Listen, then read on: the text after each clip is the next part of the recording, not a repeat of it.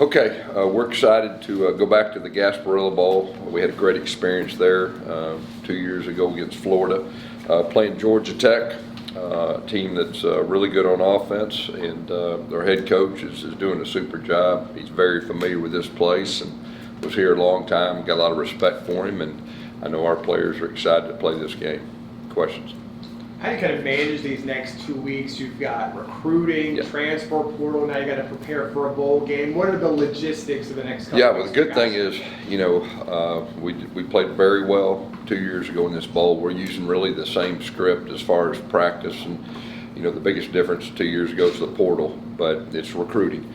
So we're going to stay with that same script. I believe we're going to start practice on Friday. We'll practice Friday, Saturday, Sunday. We'll give them a few days off. We'll come back Friday, Saturday, Sunday, and then we'll go ahead and get in our bowl prep after that.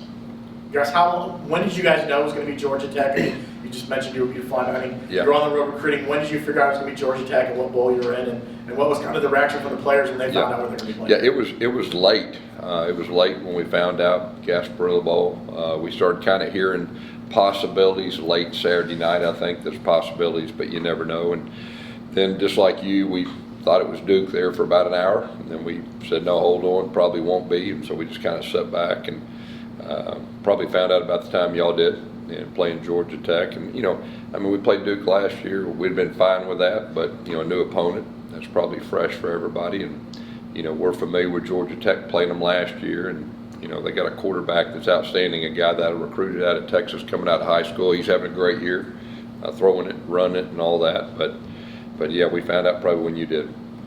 Dovetailing off of Brandon's question, you mentioned before the season you wanted to kind of embrace a CEO role. So how is the recruiting process going from both on your roster, in the portal, and then the high school recruits? How are you managing all three of those aspects? Yeah, I mean, our number one goal was to keep our top players. And, right now that we do have a few that went in the portal that we weren't surprised by, so that we're still holding on to that, seeing what the deficiencies are, what we need to, add to with the portal, we'll do that. And then continuing to recruit this recruiting class, which we've got a very, very good recruiting class, and just trying to get to signing day on that. And just, there's a lot of moving parts. And kind of like I said last year, the job description of a college football coach has changed in the last 2 years, but, in the last year specifically. And so, you just got to adapt and you got to adjust. What's one or two things you can point to this season in which your team benefited from those bowl practices last season? I think more than anything is just your young guys developing depth. We'll start out Friday and we'll do some things with our older guys, but we'll focus on the younger guys, developing those guys. In this weekend, we'll just get back in the flow of things. And we'll do a little bit of Georgia Tech, but it'll be more geared to us, just getting back in the swing of things. And then the next week we'll focus on Georgia Tech a little more. Obviously, the game's still a little bit away, but have you heard any players choosing to sit out the game? Not that I've heard. I expect the guys that are with us will be playing. We'll see how that goes, but like I said, there hadn't many surprises in the portal yet. So hopefully that'll hold true. Guess you look at the transfer portal. We asked you about this before. You said it comes fast. It's really a fast-paced thing. For the first day or two, what have you seen from it? What's any surprises or anything that you really kind of are? Yeah, and like I said before, I think the biggest challenge from a coach's standpoint is, guys go in the portal and you just don't know as much about them as if you were able to recruit somebody a long period of time. So, you watch their film and do they have the skill set that fits, and then you do the homework best you can on the type of person and everything that goes with that. And so things happen quick. Most teams have a year experience, last year, so, making better decisions and having more information and being more ready. So our team has done a great job. Our recruiting staff has stayed up late at night, cutting up, making cut-ups. And, as somebody goes in, I mean, they have the film cut up, and you watch them, and then you reach out, and you go from there. You talk about how important it is to retain your current roster. I know I think there's 5 players in the portal. You said those aren't really necessarily surprises. Do you feel like you're going to retain most of your top players? Well, we're very hopeful. I mean, you never know, but we're very hopeful, and our guys, they can really see that next year if we can keep our core group together, we'll have a real chance. And so there's a lot of excitement in our building. You know, this bowl game is really important, you know, to keep that momentum. You know, going 2 years ago, we saw it on a really positive end. Last year it was kind of a tough deal. So we need to play well and gear up and do everything we can to get a bowl victory. You mentioned practices starting Friday, bowl game on the 22nd. How many of the allotted bowl practices will you get in? Yeah, we will go 11. We'll have 11. I mean, I think get up to 15 or whatever. We'll go 11. That's exactly what we did 2 years ago. It worked out really well. Coach, winning this game would put you at 7-6. What's the importance of that, vaulting the program forward through recruiting, through the spring, and moving forward? Yeah, I think it's momentum. I mean, it's momentum, and it's real important to our seniors, real important to our players to, you know, finish off on the right track. I think we won 3 of our last 4 games, started playing good football, and we need to continue that. But I really feel like our guys will be extremely motivated to play this game, and that's what it really comes down to this day and time of college football is, you know, how motivated a team's going to be. That's just the way it is, and I really feel like you will be a motivated team, you know, going to Tampa. You said Georgia Tech's obviously a familiar opponent. How much do they look similar if you started kind of game plan for them, or if you look at the film across the whole season? How much do they look the same from last year? Yeah, I mean, they got some new players. I mean, obviously a new quarterback, but like I said, I'm very familiar with him, and doesn't surprise me at all that he's lighting it up, playing really good.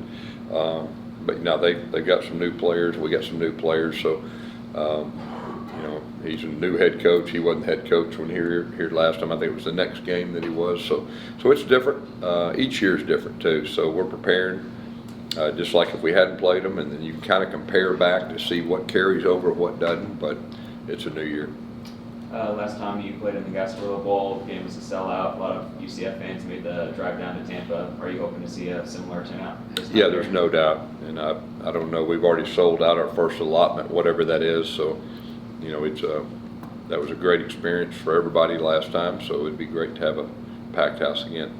I guess when you look at your roster and where you move forward into next season, what are some areas that are some positions you want to kind of maybe look at in the transfer portal that you think maybe you need to kind of beef up or yeah, I mean, you know, we're always going to look if there's a great player out there, but, you know, specifically we're losing some veteran linebackers. You know, we're losing some linemen that, you know, we were very deep this year, but, you know, that's kind of the 2 areas right now. If you ask, that would be the 2 that I would say that we're focusing on the most. You've got, you know, 3 players on offense particularly who I know have decisions to make, return, possibly NFL, you know, would or they wouldn't or not play in a bowl. Between RJ Harvey, Kobe, and Javon, is there a timeline on when they make a decision on what they're going to do? Yeah, you know, we'll see. We're just trying to give them all the factual information. Obviously, those are 3 impact players that we'd love to have back, but we'll see. We're having talks, you know, as we speak. UCF's had a great deal of success in Tampa in that stadium over the last couple of years, bowls or otherwise. Why is it a good fit, this bowl game for UCF? Well, I think you just said it, because we're very comfortable and familiar with it. It's just right down the road, and I don't know about everybody else, but I'm tired of traveling. I think we've said that. I think y'all are too.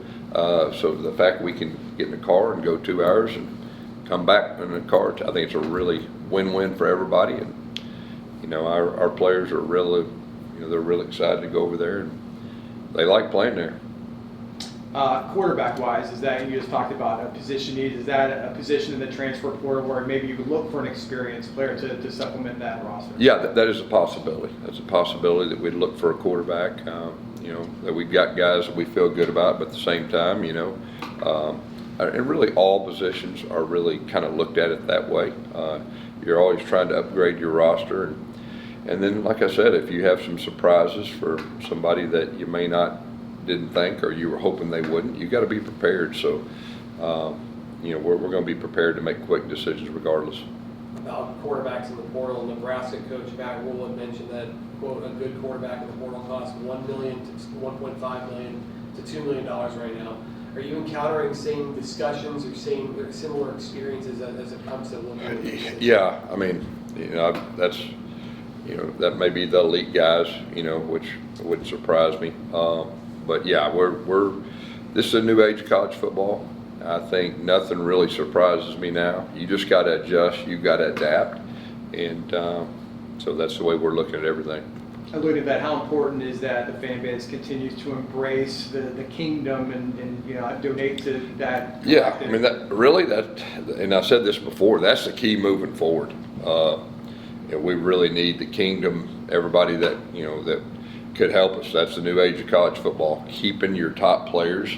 It has more to do with the portal than anything, the kingdom than anything else. So we definitely need their help. SJ2, he's doing a super job, but we need our fan base to really embrace that, and that'll be real important moving forward in the recruiting area. Gus, I know you're out recruiting, but you obviously saw the rankings for the playoff. Florida State doesn't get in. Do you have an opinion on seeing a local state team get left out that's undefeated and won its conference championship? Yeah, of course, Mike's kind of one of my guys, but even with that, I was real disappointed. What football really is finding a way to overcome obstacles. I was real impressed. I texted him after the game. That was one of his best coaching jobs. They're their third quarterback in, and a team finds a way, a defense play their best game against a top 20 offense, and they win, and they don't get rewarded. I think that's a bad look for football. I was real disappointed personally. I'm kind of one of those old school high school guys, worked my way up. And, not that I'm a Florida State fan by any means. I'm a Mike fan, but Yeah. I just don't think it's good for football, and they should be in. I'm sitting there trying to figure out, like Georgia, they hadn't lost in 3 years and they lose by 3 points and they don't make it. I don't know. I think they need to take a serious look at how they're evaluating. The good thing is that it's going to 12, and so this is probably the last year you'll have that, but I don't know. An undefeated team in a Power 5 conference wins their conference championship and they leave them out and they use the excuse their quarterback's hurt. No, I don't go for that one. Well, how much is that format going to help a program like UCF when you look at the 12 teams next year? They're going to be top 5 or 6 conference champs. Well, it's a game changer. Really, it should have happened a couple years ago. There was a couple guys that kind of got together and teamed up, and that's the reason we're having the conversation now. But the good thing is the 12 teams will solve everything. It'll be really good for us. I've said that before. We're going to do everything in our power to be in, that 12-team playoff next year. Amidst a 5-game losing streak, a lot of fans didn't expect there to be bowl talk. How surprised were you with the team's finish that it has you at the podium? As a coach, you just take it week by week. I knew we had the capabilities of a good team. Obviously moving up in a new conference, having some key injuries, didn't help. But we just took it week by week. And now we're here, and we need to win the bowl to have a winning season. Brendan just asked you about the 12 next year, the 12 playoff teams. How does that change in recruiting, that narrative to those players that, come here, our odds are better? I think every team helps recruit, not just us. If you have a chance being top 12, and now that we're in a Power 5 conference, we're familiar a year. I think that helps, and this is a place that we can get there at. Looking back on the season, and you went through that tough stretch, when you reflect back on it, how important do you think that was for the development of your team long-term as individuals and players, as well as your coaching? Yeah, we'll look back at that area, and that'll be an area that we'll look back, and we definitely grew. You find out about your team, you find out about people when you face major adversity. Our guys didn't flinch. They were real disappointed. They didn't flinch, the staff didn't flinch, and like I said, most teams would have jumped off the cliff at that point and never recovered, but this group hung in there. It says a lot about them, and it says a lot about our program, and really, where our program's going. That'll be something we'll look back in the past that we'll be able to point to and see how far we've came. Guess last year you weren't an official member of the Big 12 when you were out recruiting, but this time around, when you're out recruiting, what has it meant to be able to have that first full season under your belt? Yeah, it helps. There's no doubt it helps, but you have to have the money to compete. Okay, so 2 years ago, that would have been like, oh, it's huge, and it's still huge. Okay, but you got to you have the money to compete, because a lot of times, you talk, especially at transfer. First thing they want to talk about is collective NIL. Even before you get into the offense, defense, development, and all that. That's just a new age of college football, and you have to have the resources, money to compete. So the Big 12 definitely helps us, but more than anything is to be able to compete financially. How hectic are these days personally for you? You said you just got off a plane this morning. Is it like full days of recruiting and you got a game prep at the same time? Yeah, How it's a hectic little is it? different for me because we're very strategic. You know, in the old days, I would have tried to hit as many high schools as I could, and that was always great. That's really what a high school coach, a college head coach should do. But now I spend half my time here in the office watching film and meeting with players, my players sometimes, you know, and then you got officials that come in and out, and then strategically going out and having your visits. So that's really the biggest difference. As soon as we get through here, I've got about 2 hours of film to watch, and then I'll end it this evening when, you know, if I go on the road, you know, watching some Georgia Tech film and just trying to do that. You just mentioned needing the resources to compete. Do you feel you have the resources to compete? We're still working on that. We're still working on that. Good. Anything else? Thank you, guys. Appreciate it. Thanks, like You want to donate, I'll show you the website.